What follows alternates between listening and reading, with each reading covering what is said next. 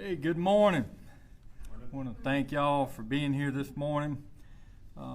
First and foremost, I'd like to extend my appreciation to everyone from the community and the media who has reached out concerned for our two deputies that were injured during a SWAT training exercise that occurred on July 29th.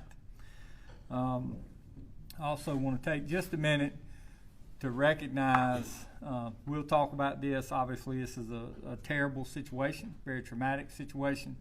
But as you get into the details, I hope people know the skill level our folks have, our medics have, that performed some life-saving, took life-saving measures really to save these two deputies' lives.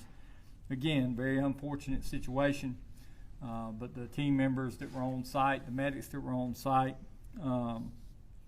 do a tremendous job. And we would be having a much different conversation today had it not been for their actions.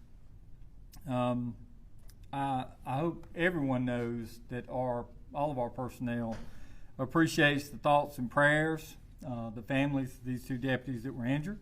I know their families appreciate all the social media posts and the news clips and all those things where people have reached out and certainly stated that they're remembering these folks in their prayers.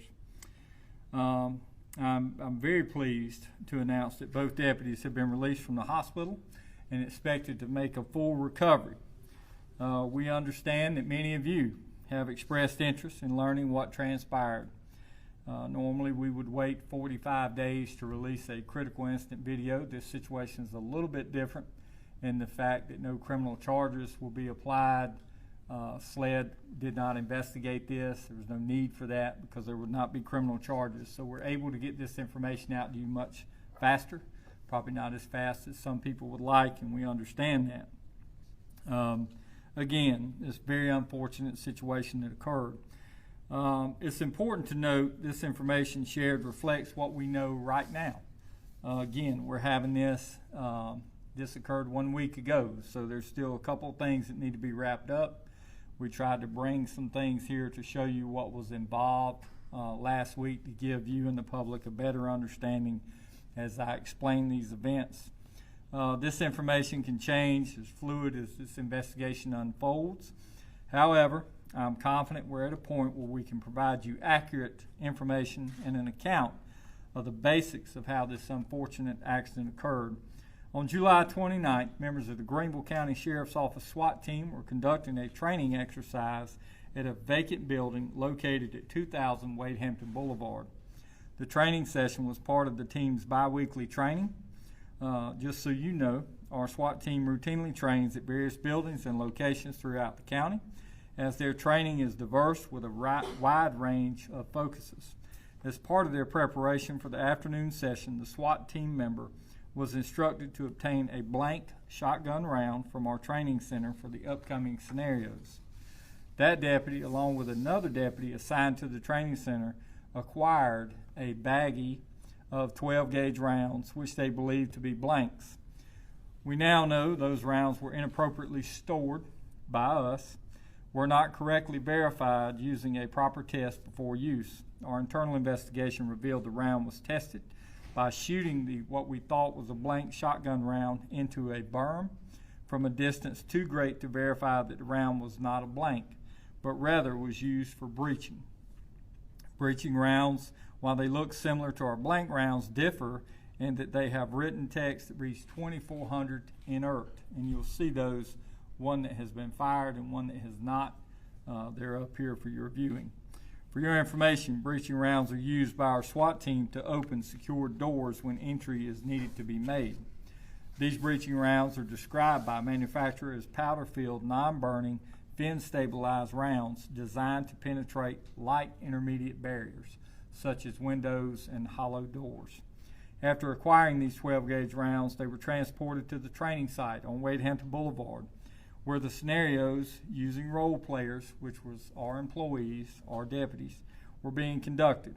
The ammunition was then handed off to a lieutenant who loaded 5 rounds, one in the chamber, into a beanbag shotgun with an orange pump. You'll see that Remington 870 here. At approximately 2 p.m., deputies participating in the exercise began clearing rooms as part of the exercise. As they entered one of the rooms, a role player who was armed with the 12-gauge beanbag round fired the weapon as instructed by his supervisors at the deputies, striking 2 of them. Both injured deputies immediately recognized they were bleeding and alerted the team. Deputies and medics on site quickly moved to provide life-saving measures to the deputies and called for EMS. Both injured deputies were transported to Greenville Memorial Hospital for treatment. And I want to be very clear, this incident should have never happened. This is not 4 pages of an excuse. This is just an explanation of those events. Multiple breakdowns in safety protocol, ammunition handling, training procedures led to 2 of our deputies being injured. We're conducting a full internal investigation to determine accountability and to implement corrective measures to ensure this never happens again. Additionally, our training protocols are being reviewed immediately. To the families of those involved, to our community, and to our team, we commit to full transparency and to correcting the failures that led to this. I will say we train regularly in life-saving first aid methods. I commend again our team of deputies for their quick actions, which perhaps saved the deputies' lives. I also thank all the first responders who came to help. We had obviously numerous EMS personnel, fire department personnel on scene, and certainly want to give some praise to the staff at the Greenville Memorial Hospital at Prisma for their care of our injured deputies. Anytime this happens, several of y'all were on scene and you saw the response by deputies who hear about what happened and they show up to the hospital.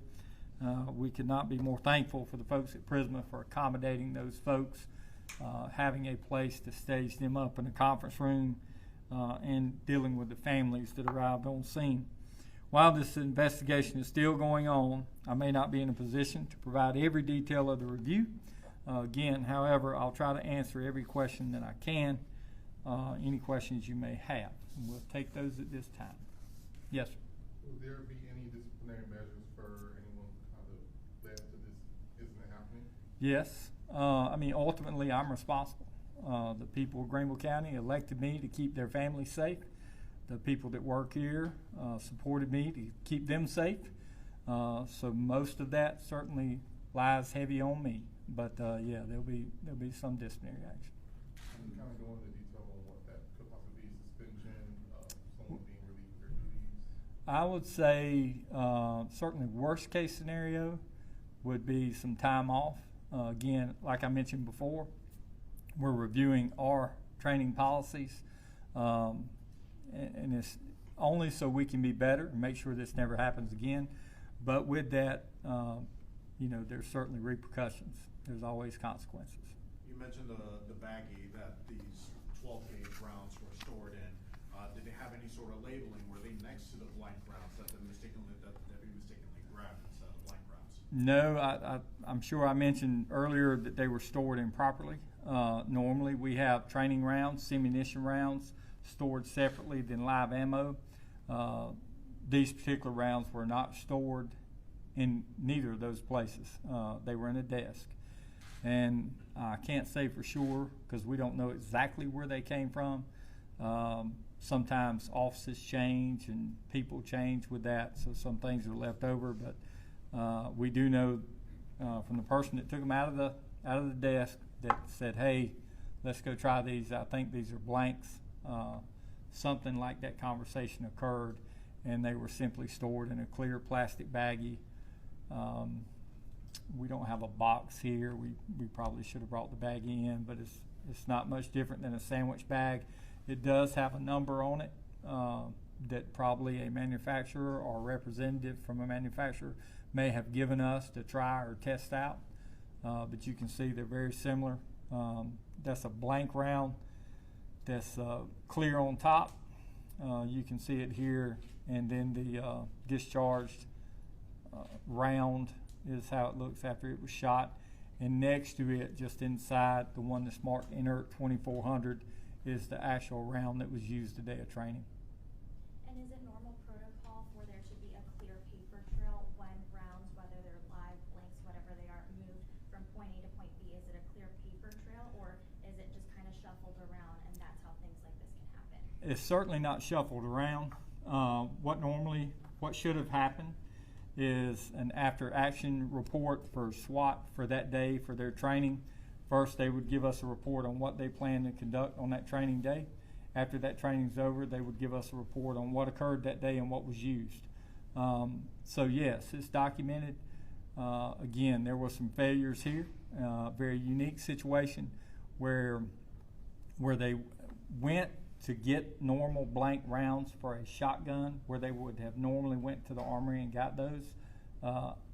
We don't have the answer yet for what was left and what was there. I think what happened is somebody pulled them out and said, "Hey, I got these. Do you want to take them out there and use them?"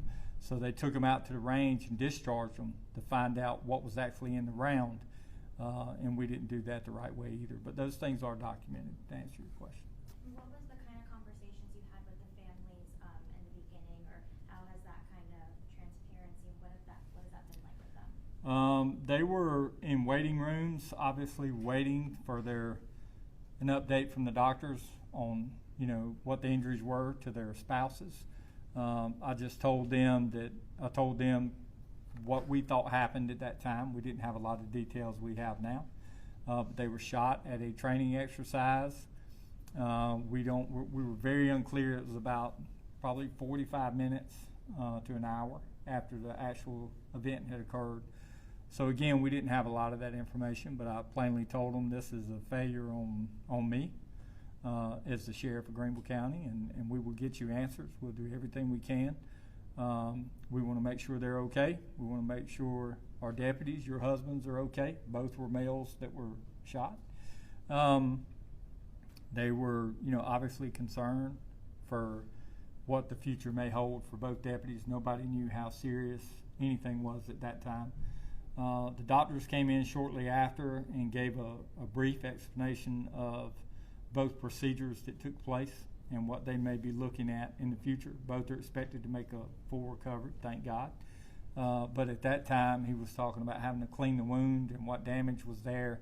One deputy's femoral artery was severed, and the doctor specifically said had they not applied tourniquets, he probably wouldn't be here.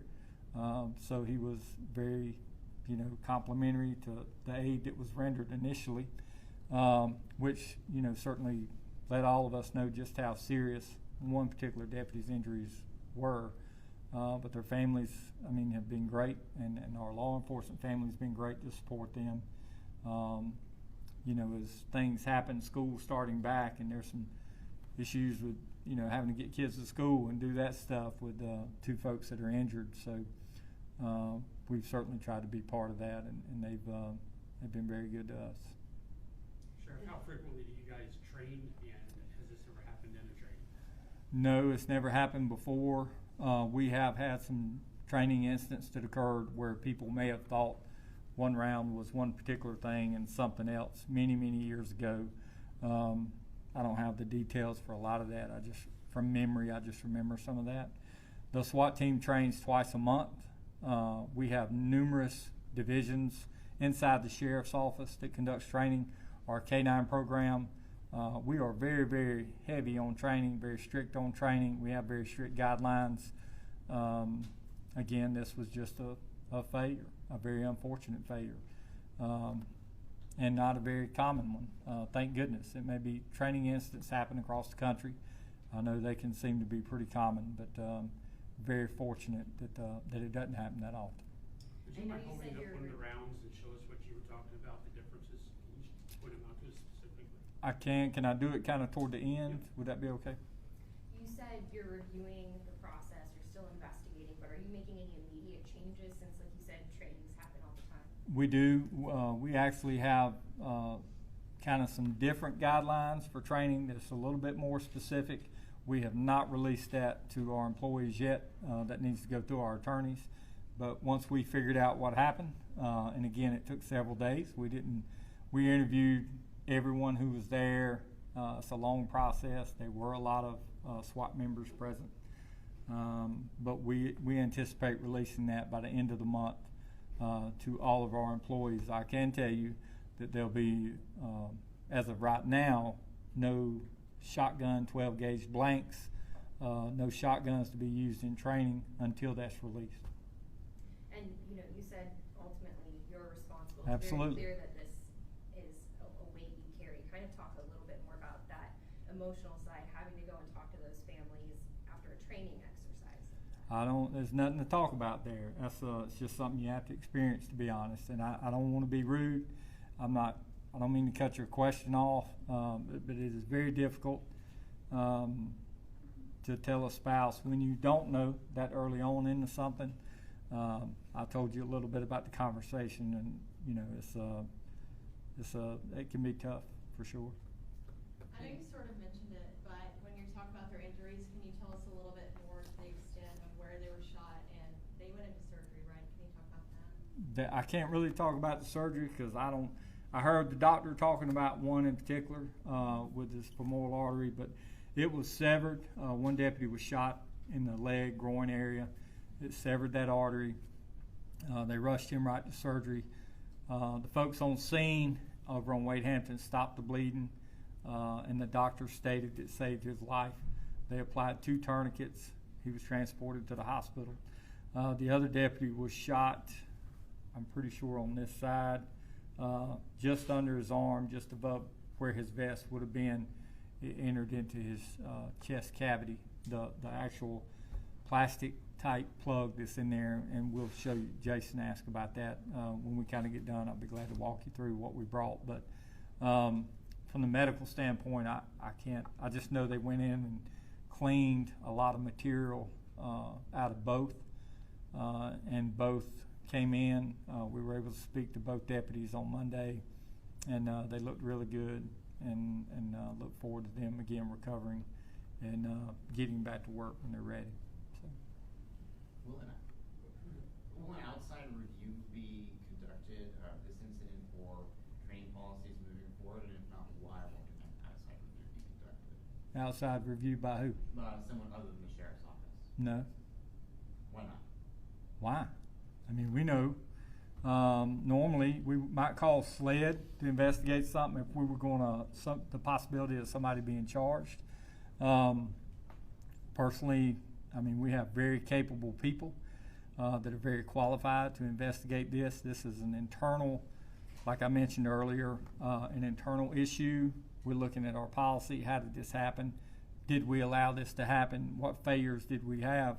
I don't know what outside entity could come in and tell us, honestly, take a good look at that and tell us anything. Everybody does stuff maybe a little bit different, uses different equipment. You know, we're nationally accredited under CALEA, so we meet the same standards on a national level that a lot of other agencies do. And if we do that, you know, to be honest, we don't get those, y'all don't get those quick answers you're looking for. This is a very unique situation, honestly, to get it 7 days later and not 60 or 90 days or a year later. And if I felt the need to call somebody in, I could do that, but we don't have any circumstance where that I feel like that's necessary. So I know you talked about the 12 gauge rounds being taken out of commission for training as of right now. What else can people expect from your sheriff's office in order to help prevent this from happening again, such as the labeling on the plastic baggies? Is that going to be more clear, or are you guys going to take total inventory of your armory and just shuffle things around? Well, I don't think anybody will take any type of ammunition will be kept in a desk drawer or be taken out of a desk drawer anymore. So you can put that one down. Again, it's a very unique situation, an isolated incident. This is not normally where these rounds are stored. We know what we have. We know how to use what we have.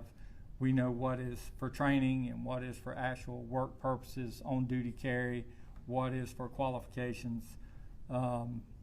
This particular situation, I don't know how long those rounds were in that desk drawer, but I can assure you that I wouldn't think anybody would keep any type of round in a baggie, in a desk drawer at the Greenville County Sheriff's Office ever again. And you said that's not normal, so where are these rounds typically stored? And regardless of what kind of round, are they all in one room and labeled differently? They're all in our armory, and they're all stored in different locations. Like I said, one for training, one for actual on-duty carry, what they would use at work every day, and one they would use at the range for qualifications. There's a number of different rounds we use. We carry, the SWAT team has a lot of gear they carry for different situations to be prepared for that. So yes, I mean, how those are kept and stored and who they're issued to, and people knowing exactly what they have available for a certain type of call, we do a great job of that. Where we failed is these were stored in a desk drawer, and somebody pulled them out and said, hey, I'm looking for blanks. Somebody pulled these out and said, I think I got these. We went outside and test fired them, not like we would normally do. Whether it was a time issue and we rushed that, we're still getting to the bottom of that, to be quite honest. We certainly didn't do test and evaluation on those rounds like we normally would. When it comes to testing those rounds, how many layers of supervisors does it take before that round is actually loaded into a deputy's weapon? Well, you asked two different questions. When you talk about testing and evaluation of any product we use, that occurs at the training facility up off Thurston Road. Our Center for Advanced Training will take any device we purchase that a deputy may carry and run it through multiple scenarios. And can you get in and out of a car without dropping it on the ground? Can a deputy hold it with blood on his hands or water? How useful is that? How impactful is that particular type of ammunition? There's a litany of tests that occur at the training center. When you get out to the training location where the SWAT team was training that day, there's three different really barriers, three different perimeters set up. We always make sure nobody carries a live firearm or a live round into a training scenario. This was different in the fact that they thought at the time they were bringing this baggie of 12 gauge rounds, blanks, into that training scenario they thought were blanks. That's how this occurred. So at any training site, you'll have a simunitions officer, a simunitions instructor on site to check to make sure they have one of those blue guns if they're using handguns. Shotgun rounds, somebody watched, like I mentioned earlier, watched them load that and thought they were loading blanks. What they found later, it was not a blank, and that's what's on the table. So there are safeguards in place, but we had a failure. And has anybody been placed on administrative leave at this time, whether the person who had it in their desk, the baggie, or the person who fired the shots? The folks that were placed on administrative leave initially was treated just like any other shooting the day of, where we don't ask them to come back to work and perform law enforcement duties. We don't put them on a desk. Our wellness program plays a major role in that to give, although the person that pulled the trigger or the person that shot, not even talking about them. We're talking about the other deputies that witnessed this. Very traumatic for them. The ones who had to treat both deputies, some were placed on administrative leave so they would have an opportunity to go visit with our wellness folks until they're ready to come back to work. All deputies are back to work other than the two that's injured. I can tell you that. Most wanted to come back by Friday of last week, but we let them get through the weekend and come back to work on Monday. And when you found out those rounds were inside a baggie in a desk, what was your immediate reaction to hear that? I mean, what can you do? You know, you got two deputies in the hospital. Let's get to the bottom of it. I think my immediate reaction was, let's figure out how this happened and make sure it doesn't happen again.